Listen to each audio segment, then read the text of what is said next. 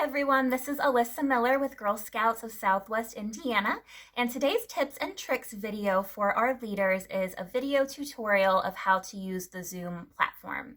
So I am personally new to video conferencing, and after researching different tools that we can use, my recommendation for your virtual troop meetings would be to use Zoom. There are a few reasons for that. One reason that I really like Zoom is because it is free for your laptop and your app on your phone or your tablet. Other platforms are going to ask you to pay for different versions of that, and I really appreciate the laptop version because since you will see a video of yourself leading and any other participants that are joining you, you have a bigger screen. So ideally, I think that would be better for the troop meetings.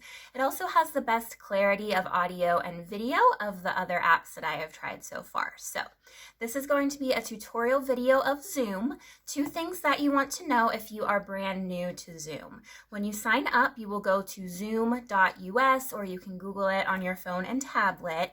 It will ask you to enter an account like you would with any other app since you will be the one that will be hosting the meetings. Just know that when it sends you the email confirmation, it may take a little while since there is a lot of traffic on Zoom. So for me personally, when I set it up last week, it took me about 30 minutes to get the email confirmation stating that my Zoom account was ready to set up, whereas other times I know it usually just takes us a minute to go through. So be patient. It should come through like it is supposed to. You will also see that there are different versions of Zoom. So there is a free account that you can try. There's also ones that you can cost money. I am currently using the free Zoom account, and it will tell you that for the free account that you can use a maximum of 40 minutes for your meetings. That is currently waived during the social distancing time. So don't worry about that at all. You'll be able to have your full troop meeting, whether it's shorter than that or longer than that. It should be no issue for you. So let's go ahead and dive into Zoom. I'm going to go ahead and do the tutorial on my computer for you. And the first thing I want to show you is what it'll look like when you log into Zoom. So this is going to be your profile. There really isn't any extra information on here that you need to change, but I do want to highlight in the bottom right corner, there's an option to click video tutorials. So this is if you want to make sure you're really comfortable with Zoom before you hold a meeting with your girls. This is just if you are interested. I personally wanted to know a little bit more about Zoom and wanted to feel comfortable before I had my first meeting. So if you click on that link, this is the page it's going to bring you to. You can click View Live Training right up here. When you do, it will open this page for you. And then there's an option to get started with Zoom meetings. When you click on this, you will be able to access a live recording or an actual recording that someone has already done previously. I went ahead and did the pre-recorded option. It's about half an hour. You don't necessarily need to watch the whole thing, but it helped me feel comfortable. I'm also going to post with this video a PDF best practices for Zoom. So it's also an option that you can read through and see everything you need to know. So I'm back to my Zoom page, and I'm gonna go ahead and click schedule a meeting. So again, it's up to you if you want to go through the tutorial first or not, but it is very simple to get started. So for your topic, you just put whatever troop meeting title you want. It's up to you if you want a description, and then you're going to set your day, your time, how long you want it to be. You can pick the approximate duration for your meeting. It's not going to cut you off if you set it too short and you go over your time. This is just so your audience can understand how long you plan on being together for, your time zone, and then it's also going to show you some other options at the bottom. I just generate my ID automatically. I like to have the host video off and the participant off. I think that that's easiest to get started with. That way everyone can turn on their cameras if they're comfortable, when they feel comfortable, and then assign an option by telephone or computer. I let them join before me so they can make sure that everything's working, it's up and ready, and I mute them so I can unmute everyone when I am ready to get started. So once you put that together, you're going to hit save, and it's going to start your meeting. Okay, so once it is saved, this is the page you will see. You can also get to this page on the side by going to meetings, and it'll show you your whole list of everything coming up. So this one right here is the one we just created together. If you click on it, it's going to go back to that original screen we just saw.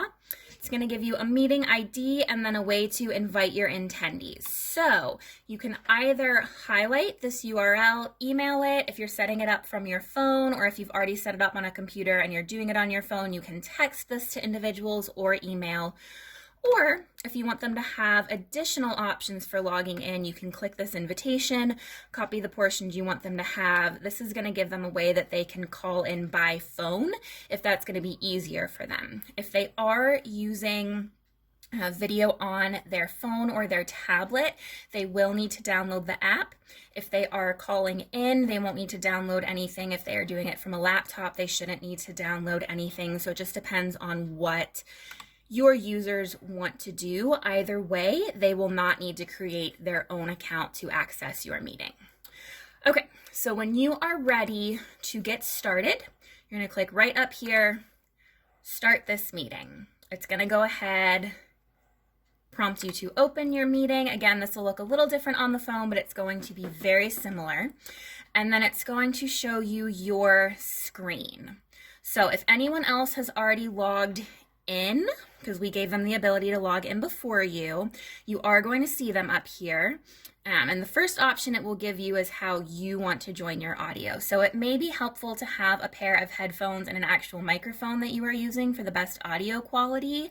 A lot of times I'm able to just join with my computer and it works okay. If you click that option, you can also test your speaker and your microphone down here. So you're going to say, yes, I hear a ringtone. If you do hear it, if not, you'll want to troubleshoot that. And then this will do a brief recording of what you are saying. It will replay it back to you. I'm going to exit out of that so we don't have any issues. But that way you can know exactly what everyone is hearing if you want to go with your computer audio or if you do want to use headphones.